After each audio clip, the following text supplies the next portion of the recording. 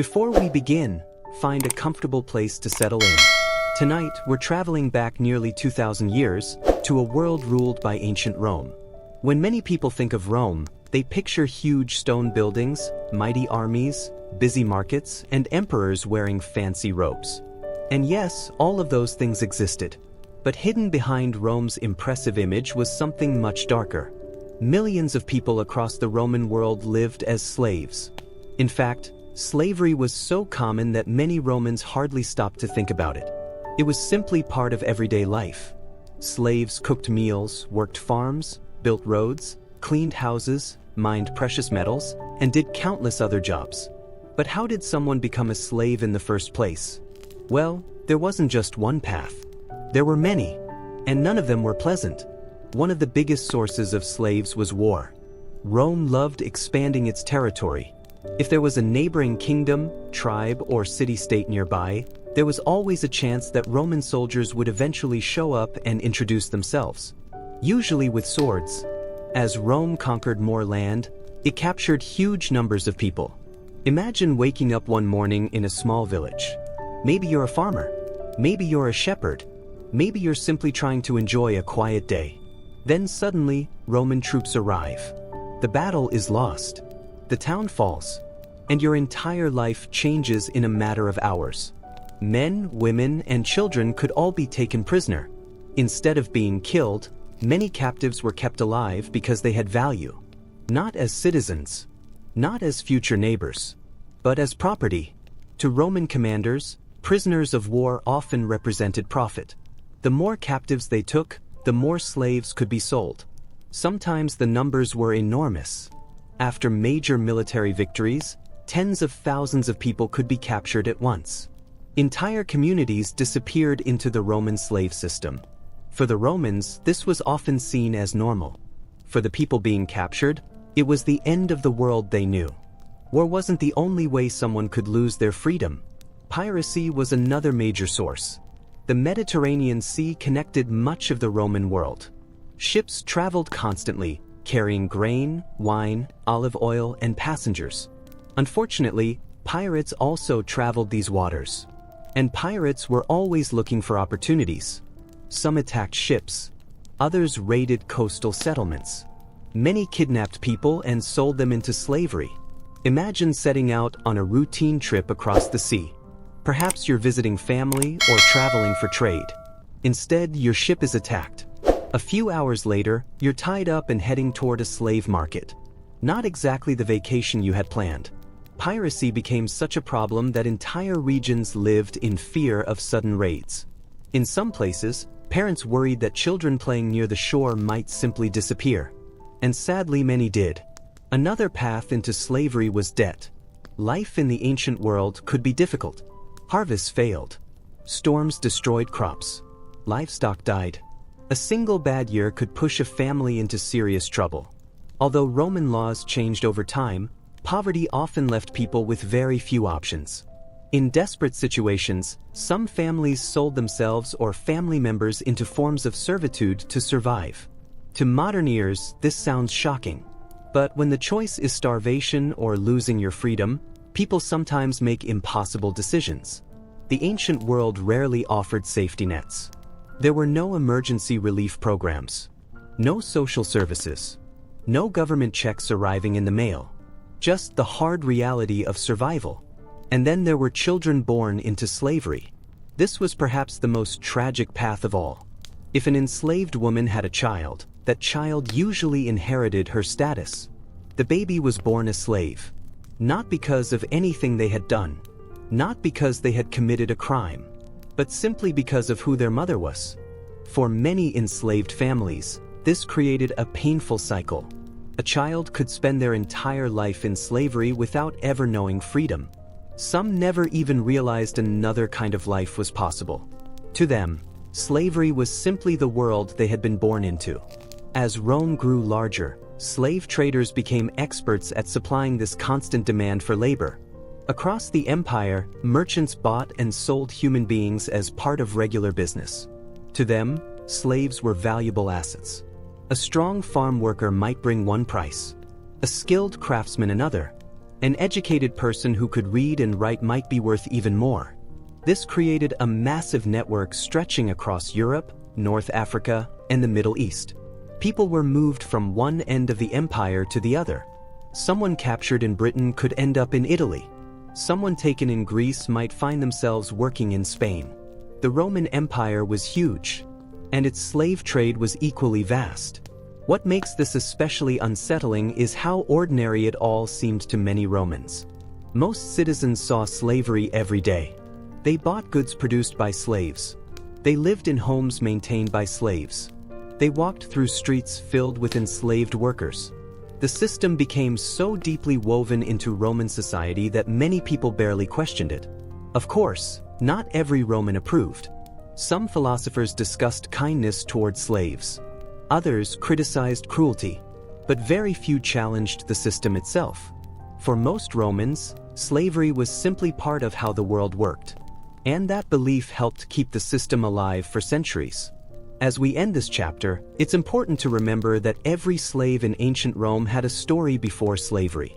They were farmers, merchants, sailors, parents, children, craftsmen, and neighbors.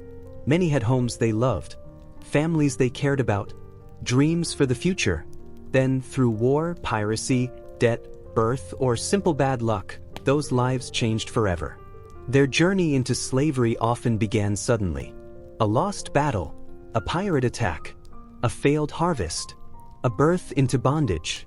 One moment they were free, the next they belonged to someone else.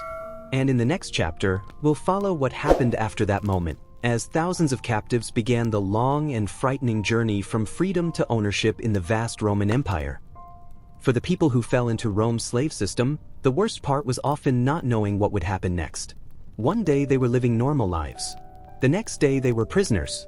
And after that came the journey. A journey that could take them hundreds or even thousands of miles away from everything they had ever known. For many captives, it began immediately after a battle. Roman armies moved quickly. Once a region was conquered, soldiers gathered prisoners together and organized them into groups. These captives were no longer treated as members of their former communities. Instead, they became cargo. Valuable cargo, certainly, but cargo all the same. Long lines of prisoners were often marched across rough roads and open countryside. Some walked for days. Others walked for weeks. Many were chained together. The Romans wanted to make sure nobody escaped. After all, a prisoner who ran away represented lost profit. And Roman officials disliked lost profit almost as much as they disliked barbarian invasions. The marches could be exhausting. People traveled under the hot sun, through rain, across hills, and along dusty roads. Food was often limited. Water could be scarce. Those who became sick had little help available. The journey was not designed for comfort. It was designed for transportation. One of the hardest parts was the separation of families. Imagine standing in a crowd of prisoners. Around you are strangers. Nearby are your parents, your spouse, or your children. Then guards begin dividing people into different groups. You try to stay together. You try to hold on. But you have no control over what happens. Many families were separated during these early stages and never saw one another again. There were no phones, no letters, no way to search the empire for missing relatives. Once someone disappeared into the Roman slave trade, finding them again was nearly impossible. For countless people, their last memory of home was watching loved ones vanish into the distance. As difficult as the marches were, sea travel could be even worse. The Roman Empire surrounded the Mediterranean Sea. As a result, ships became one of the main ways to transport large numbers of captives. At first glance, a sea voyage might sound better than weeks of walking. Unfortunately, reality had other plans. Slave ships were crowded. Very crowded. Captives were packed into limited space for long journeys. Conditions could be dirty and uncomfortable. Fresh air was limited below deck. Storms made travel dangerous. Seasickness spread quickly. And for people who had never seen the ocean before, the experience could be terrifying. Imagine hearing waves crash against the ship through the darkness. The floor moves beneath your feet. The walls creak and groan. Every sound seems louder at night. You have no idea where you are going. And nobody is explaining the schedule. Not exactly a relaxing cruise. For many captives, the language spoken around them was completely unfamiliar. The Roman Empire stretched across dozens of cultures. A prisoner from Gaul might not understand a single word spoken by a prisoner from Greece. A captive from North Africa might have nothing in common with someone from Britain. Even communication between prisoners could be difficult. This created a deep sense of isolation. People could not ask questions. They could not understand orders. They could not learn what awaited them. Everything felt uncertain. And uncertainty has a way of making fear grow even larger. Many captives spent these journeys wondering where they would end up. Would they work on a farm? Would they be sent to a city? Would they ever see freedom again? Nobody knew. The future was hidden behind a wall of silence. For children, the confusion must have been overwhelming. Adults at least understood that a terrible change had occurred. Children often did not. Many were simply carried along by events they could not comprehend. One day they were playing near home. Soon afterward they found themselves traveling through unfamiliar lands surrounded by strangers. Ancient writers rarely described the emotional experiences of enslaved children. But it is difficult to imagine the fear they must have felt. As captives moved closer to Roman territory, they began seeing signs of the empire's enormous power. They encountered Roman roads stretching toward the horizon, military forts standing guard over important routes, busy ports filled with ships from distant lands, large cities packed with people. For someone from a small village, these sights could be astonishing. Rome was vast, and the slave trade reached into every corner of it.